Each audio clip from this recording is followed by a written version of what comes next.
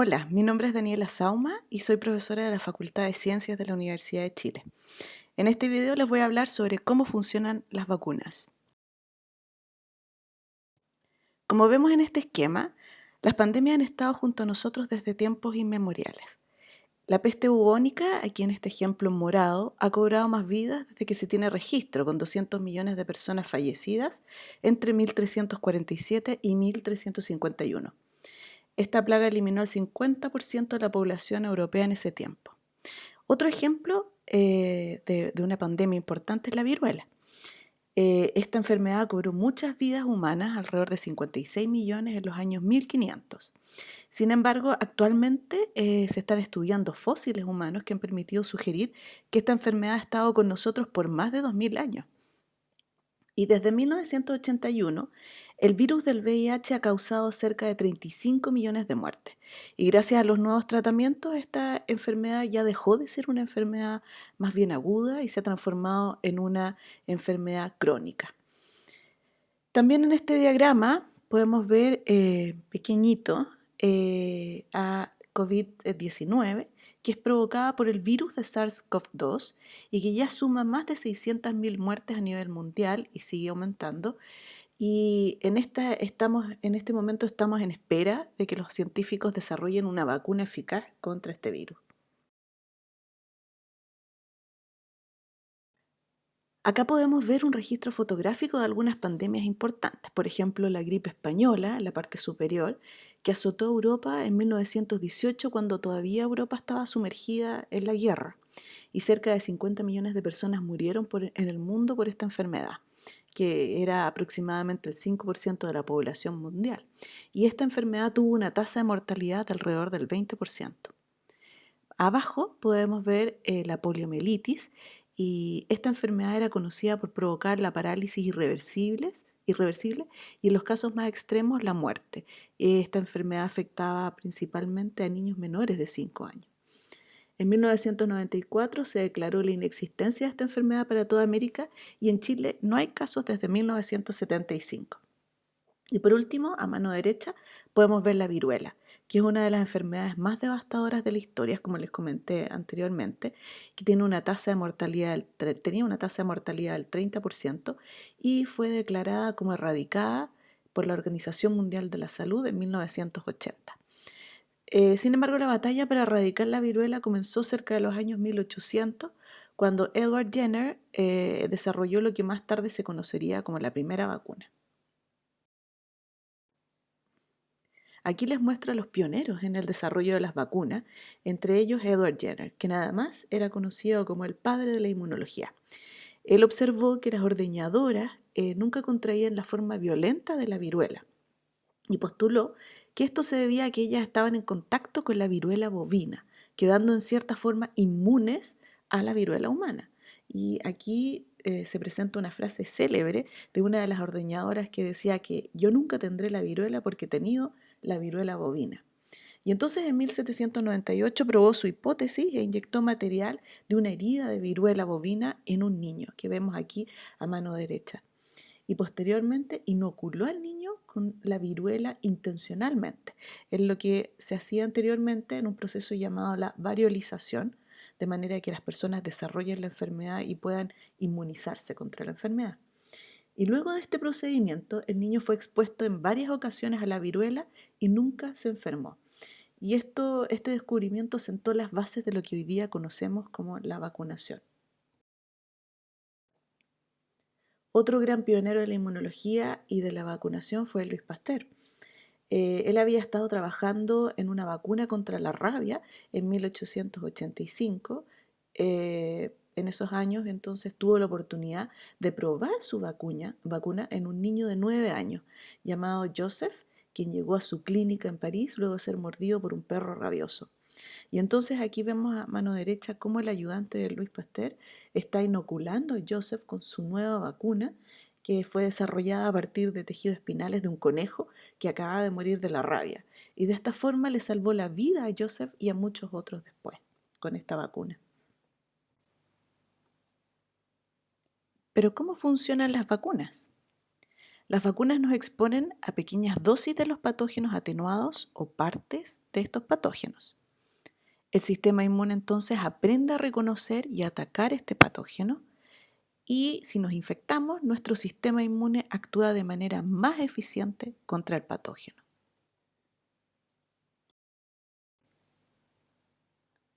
Y las vacunas funcionan porque estimulan a la respuesta inmune para generar memoria. Y la memoria inmune consiste en que cada vez que nos exponemos al mismo patógeno, se genera una respuesta más eficiente.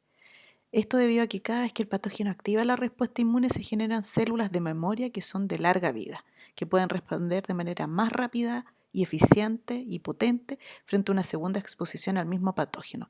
Y esto es lo que se visualiza en este gráfico, donde podemos ver en el eje Y la cantidad de anticuerpos y en el eje X el tiempo. Y entonces, frente a una primera exposición, los linfocitos B se activan y empiezan a producir anticuerpos y al día 7 vemos un pic de producción de anticuerpos donde predomina principalmente las inmunoglobulinas o los anticuerpos de tipo M. Luego de que se elimina el estímulo o el patógeno, la síntesis de anticuerpos disminuye y bajan también la cantidad de células y solo se mantienen los linfocitos B de memoria. Y frente a una segunda exposición nuevamente en la flecha naranja, estas células de B de memoria responden de manera mucho más rápida, produciendo anticuerpos de manera mucho más temprana, por ejemplo a los 3 días, y mayor cantidad de anticuerpos. Y estos anticuerpos que se generan son mucho más efectivos y son distintos a los primeros anticuerpos y donde predomina principalmente las inmunoglobulinas de tipo G. Y luego de que el patógeno ha sido eliminado, las células también vuelven a niveles normales, los anticuerpos disminuyen nuevamente y solo quedan los linfocitos B de memoria que van a servir para una nueva exposición frente al patógeno. Ahora, un componente esencial para generar inmunidad con las vacunas son precisamente los anticuerpos y los anticuerpos neutralizantes. Estos funcionan, como dice la palabra, neutralizando los patógenos como los virus, impidiendo que se unan a las células blanco y las infecten. Sin duda, otro componente importante del sistema inmune, que son esenciales para la memoria, son los linfocitos TCD4, que son los coordinadores de la respuesta inmune o los encargados de telecomunicaciones, y ellos son los que envían los mensajes como mensajes de WhatsApp que ayudan al resto de las células y comunican información sobre el patógeno. Entonces ellos están coordinando la respuesta inmune, están enviando información sobre el patógeno.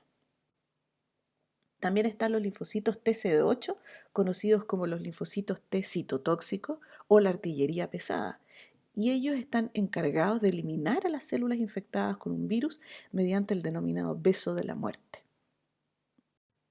Y los linfocitos B, que son los que producen los anticuerpos o las bombas que neutralizan a los patógenos y a sus toxinas. Y entonces las vacunas suelen ser efectivas si es que el agente infeccioso no establece periodos de latencia, no interfiere con la respuesta inmune y no presenta gran variación antigénica.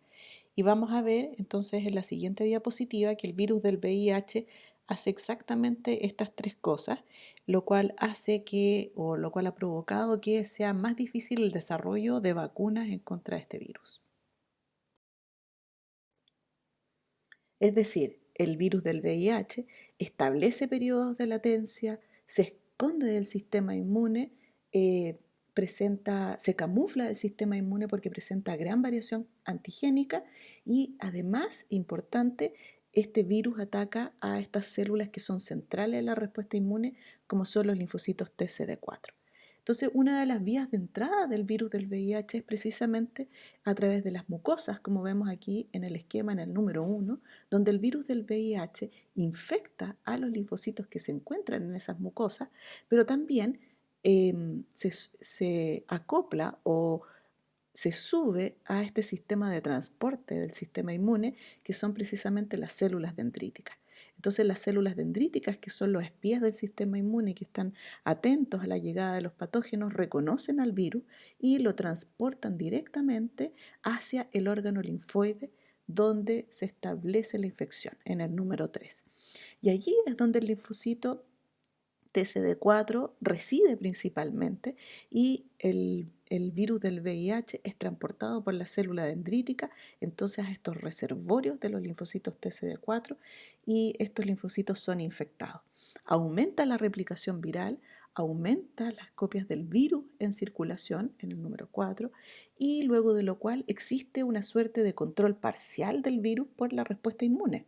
En el número 5 podemos ver cómo las células productoras de anticuerpos producen efectivamente anticuerpos que reconocen al virus del VIH y también se gatilla una respuesta o se activa una respuesta mediada por linfocitos TCD8 citotóxicos que en cierto sentido, como les mencioné, reduce entonces la carga viral y restringe a los linfocitos T infectados en los órganos linfoides, en lo que denominamos la latencia clínica.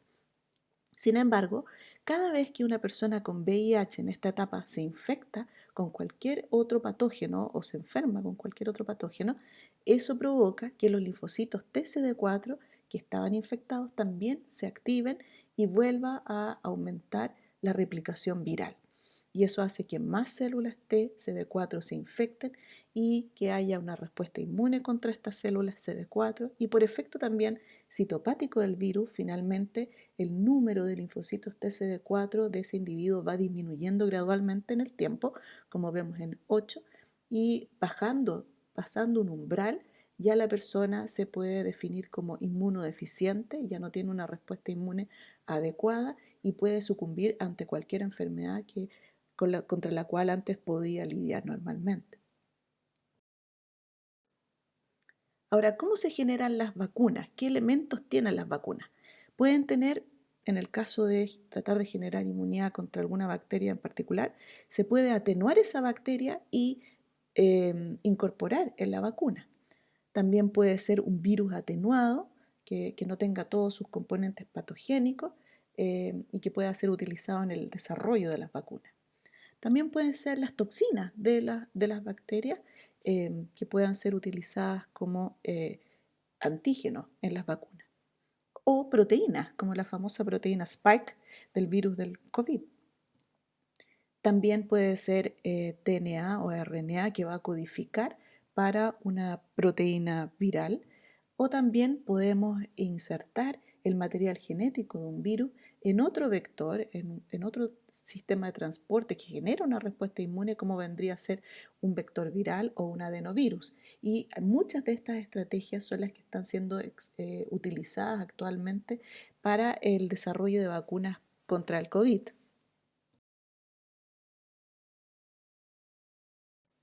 ¿Y cómo son las etapas en el desarrollo de las vacunas? Primero se debe caracterizar un problema de salud y entonces a partir de la epidemiología se debe caracterizar un problema que debe ser resuelto. Se debe entender cuál es la población que se ve afectada, el impacto de la enfermedad y luego tratar de dilucidar los mecanismos de protección y identificar importantemente a los elementos que van a ser reconocidos por la respuesta inmune como son los denominados antígenos. Entonces, luego, este conocimiento avanza hacia una fase que se denomina la evaluación preclínica, donde se selecciona y se purifica este antígeno, se hace una formulación química y se parte de la inmunología en modelos animales. Toda esta información pasa a las autoridades regulatorias, quienes deben iniciar entonces la evaluación clínica, que consta de estas tres fases, la fase 1, fase 2 y fase 3, y en la cual, por ejemplo, la fase 1 se estudia la seguridad, más que nada, de la vacuna, en un grupo pequeño de voluntarios, que son menos de 100. En la fase 2 se estudia la seguridad y también la inmunogenicidad, qué tan efectiva es la respuesta inmune que se genera. Y en la fase 3 se estudia tanto la seguridad, la eficacia y el balance riesgo-beneficio en estudios más grandes, en mayor número de pacientes, de personas, y se hace una evaluación de cómo ha sido la protección frente a la enfermedad. Entonces, toda esta información pasa a las autoridades regulatorias nuevamente para autorizar el uso de la vacuna y entrar en una fase número 4, que es de farmacovigilancia y efectividad. Entonces se puede decir que sin duda el gran aporte que han hecho los inmunólogos es precisamente en el desarrollo de las vacunas, que han permitido reducir considerablemente el número de muertes asociadas a varias enfermedades como la que se muestran en esta imagen, la difteria, sarampión, parotiditis, tos convulsiva, etc. Y aquí podemos ver el número máximo de casos y el año en que se registró ese número máximo de casos y el número de casos en el año 2009 y se ve que en todos los casos, gracias a la incorporación de vacunas contra cada uno de estos patógenos, hay una reducción importante en el número de casos asociados a cada una de estas enfermedades. Y Chile cuenta con un programa nacional de inmunizaciones desde 1978 que ha permitido la disminución de la morbilidad y mortalidad de las enfermedades. Y entre sus logros se encuentra la erradicación de la viruela en 1950, la erradicación de la poliomielitis en 1975 y el sarampión en 1992. En 1964 se inició el programa regular de vacunación contra el sarampión en Chile y este se incorporó en forma programática a partir de los 8 meses. Esta enfermedad puede causar ceguera, pérdida de la audición y hasta muerte por encefalitis y ataca principalmente a menores de 5 años o adultos mayores. Y como vemos en este gráfico, la cantidad de muertes el año 1980 superaba los 2,5 millones y la cantidad de muertes asociadas a esta enfermedad ha ido disminuyendo progresivamente con el tiempo gracias a la incorporación de las vacunas contra el sarampión. Sin embargo, últimamente hemos visto a nivel mundial nuevos brotes de esta enfermedad debido principalmente a que la tasa de vacunación ha ido disminuyendo. Y no solo ha ido disminuyendo la tasa de vacunación contra el sarampión, sino que también ha ido disminuyendo la tasa de vacunación contra otras enfermedades. Aquí podemos ver cómo ha habido una reducción en la cobertura de vacunas contra estas diferentes enfermedades que vemos aquí. Y la tasa mundial de vacunación en el año 2016 se estancó en el 86%. Y eso quiere decir que 12 millones de lactantes en el mundo no fueron vacunados contra ninguna enfermedad el año 2016. Y aquí tenemos los principios de la inmunidad de rebaño y que finalmente dice que se puede generar inmunidad en los individuos inmunizados, pero además esto no solo va a proteger a las personas que se han vacunado, sino que también a las personas que no, por A, B o C, no han podido vacunarse contra esa enfermedad. Entonces podemos ver aquí, por ejemplo, en la primera parte, en el inicio de la infección, tenemos a individuos sanos en azul, individuos que han sido infectados en rojo. Y entonces la enfermedad, en ausencia de vacuna, se transmite libremente entre los distintos individuos y finalmente hay una gran propagación de la enfermedad. Y luego de la infección hay un gran número de casos de muertes y también el resto de la población queda inmune a esta infección. Sin embargo, aquí abajo podemos ver cómo es el caso cuando se aplica una vacuna contra ese patógeno.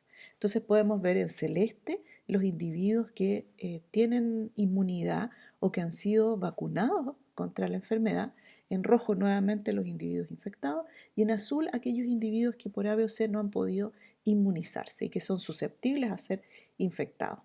Entonces podemos ver que la infección en esta condición no se transmite libremente entre los individuos y los individuos que son celestes de alguna manera protegen a aquellos individuos en azul de la infección por los individuos en rojo. Y entonces esto es lo que se denomina la inmunidad de rebaño, la protección colectiva. Y debe haber una cierta cantidad de individuos inmunizados o vacunados para que se pueda generar esta inmunidad. Y entonces las vacunas, este es un afiche de la Organización Mundial de la Salud para promover la vacunación y donde se muestra que las vacunas funcionan para proteger no solo a las personas, sino que también a las comunidades. Entonces, si las tasas de inmunización son altas, se puede generar la protección o la inmunidad de rebaño y eso va a permitir la protección de los lactantes que son demasiado jóvenes para ser vacunados, de los adultos o de la tercera edad que tienen riesgo de padecer enfermedades graves, o de las personas que toman medicamentos, por ejemplo, para reducir su sistema inmune, por ejemplo, los pacientes trasplantados o con enfermedades autoinmunes. ¿Y cuáles han sido los problemas que enfrentan las vacunas y que han hecho que la gente no quiera vacunarse? Es que no existe percepción de riesgo de la enfermedad. Existe también controversia entre la comunidad científica y que no se pone de acuerdo en cuanto a si las vacunas son efectivas o si provocan algunas enfermedades adversas. Existe también contraste con visiones culturales, religiosas y gente que por estilo de vida decide definitivamente no vacunar a sus hijos. También existe temor a los efectos adversos y dudas sobre la eficacia de las vacunas.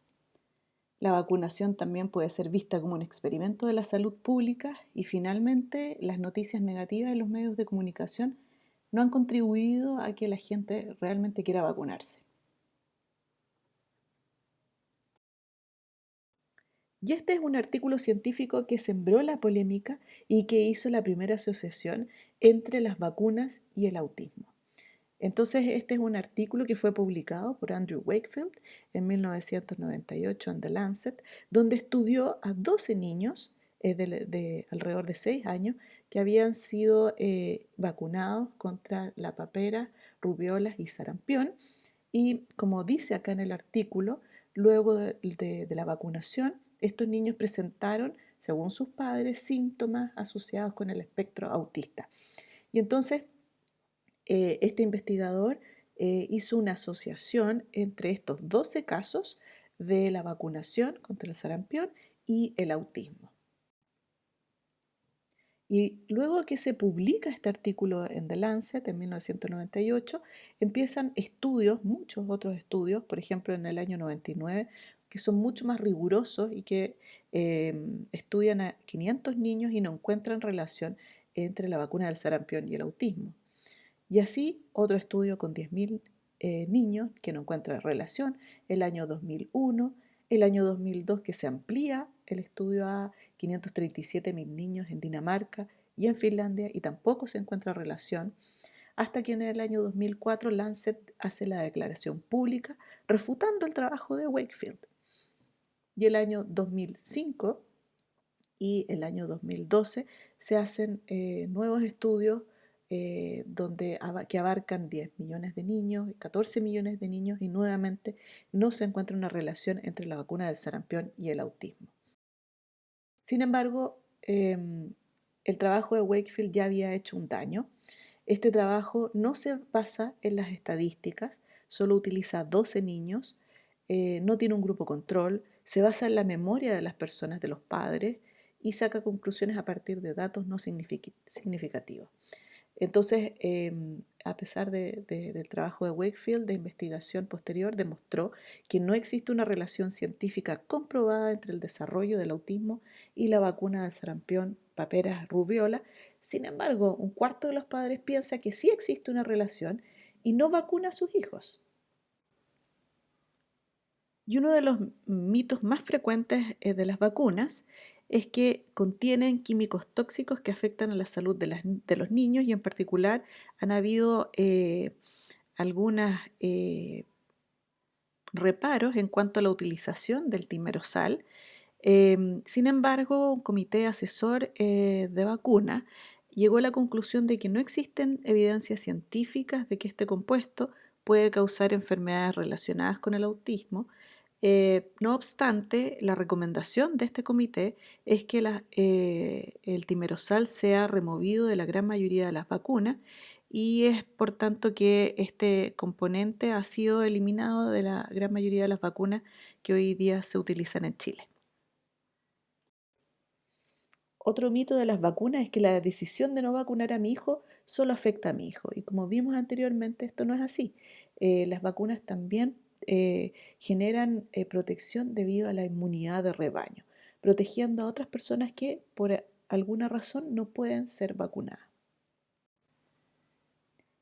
El mito número 3 de las vacunas dice que darle muchas vacunas a los niños afecta su sistema inmune. Sin embargo, el sistema inmune de los organismos está diseñado para reconocer y eliminar muchos diferentes tipos de patógenos y las vacunas no van a interferir con este proceso. Este otro mito es el mito número 4 dice que las compañías farmacéuticas desarrollan más vacunas con fines exclusivamente económicos. Sin embargo, se sabe que la venta de las vacunas da cuenta del 2 al 3% del mercado farmacéutico. Y por último, el quinto mito de que la vacuna no es efectiva. Y aquí tenemos el ejemplo de la vacuna contra la influenza, donde muchas personas dicen que se vacunan y aún así se enferman. Y hay que decir que la efectividad, si bien la efectividad de las vacunas no siempre es de un 100%, la mayoría de las veces no es de un 100%, y la vacuna de la influenza no es particularmente efectiva, pero la vacuna de la influenza solo protege contra la H1N1, que es la gripe porcina, y otras dos cepas de influenza que son las más prevalentes ese año en el hemisferio norte. Y uno se puede efectivamente enfermar con otras cepas de influenza contra las cuales no está vacunado. Y para finalizar, quiero recordarles una frase de la Organización Mundial de la Salud que indica que a excepción del agua limpia, ningún otro factor, ni siquiera los antibióticos, ha ejercido un efecto tan importante en la reducción de la mortalidad humana como son las vacunas. Muchas gracias.